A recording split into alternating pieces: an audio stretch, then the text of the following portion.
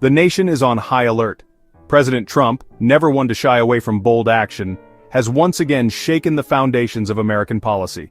With a series of executive orders and pronouncements, Trump has declared a national energy emergency, imposed sweeping tariffs on imports, and revoked security clearances from prominent critics.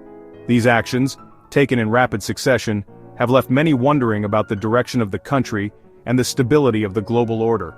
From the halls of Congress to the streets of major cities, Americans are grappling with the implications of Trump's decisions. Supporters praise his decisiveness and commitment to putting America first. Critics decry his disregard for democratic norms and the potential for long-term damage to the economy and the environment. One thing is certain: Trump's latest moves have injected a new level of uncertainty into an already volatile political landscape. The coming weeks and months will reveal whether his gamble will pay off or backfire spectacularly. The world watches and waits, holding its breath as the most powerful man on earth charts a course that seems destined for either triumph or disaster. President Trump has declared a national energy emergency. This declaration, issued via executive order, aims to boost fossil fuel production. Trump argues that this is necessary to ensure American energy independence. The order directs the Department of Justice to challenge state climate laws. These laws are seen as obstacles to his energy agenda. The impact of this declaration is potentially far-reaching. States like New York and Vermont have implemented ambitious climate initiatives.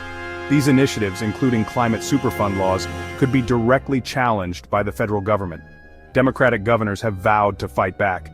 They see Trump's order as an assault on their states' rights and the future of the planet. Trump's energy emergency declaration is more than just a policy shift. It's a declaration of war.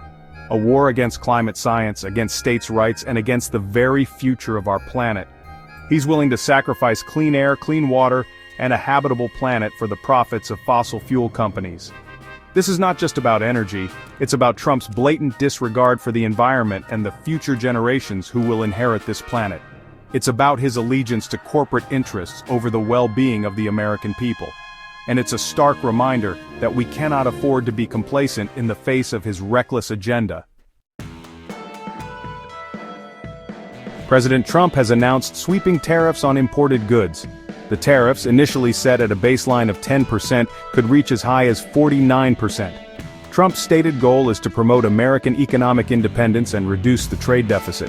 He argues that these tariffs will protect American jobs and industries from unfair foreign competition. The immediate market reaction was one of shock and uncertainty. Stock markets tumbled as investors grappled with the implications of a potential trade war. While there was a partial rollback of the tariffs, the focus shifted to a 125% tariff on Chinese goods. Other countries were given 90 days to negotiate exemptions from the 10% tariff. China responded swiftly and decisively to Trump's provocation. A 34% tariff on U.S. imports took effect on April 10th, a clear signal that Beijing would not back down from a trade war.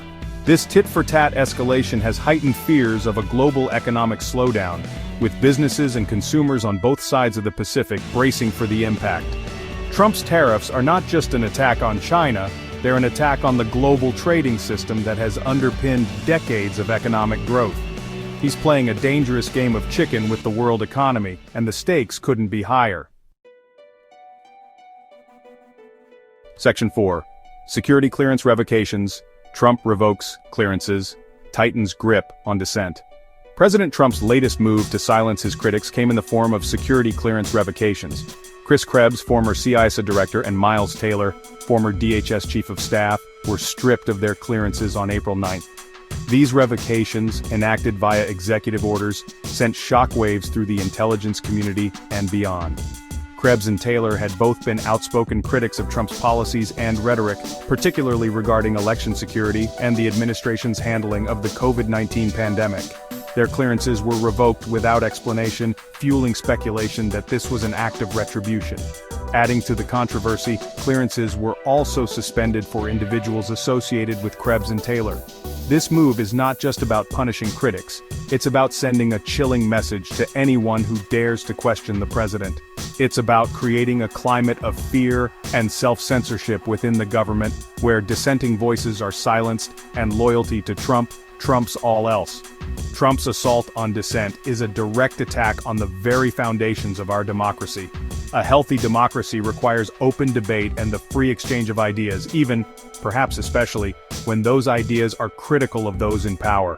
By attempting to silence his critics, Trump is undermining the very principles he swore to uphold. Section 5. Emergency Executive, Trump's unprecedented power grabs raise alarm. The revocation of security clearances is just one example of Trump's broader use of emergency powers.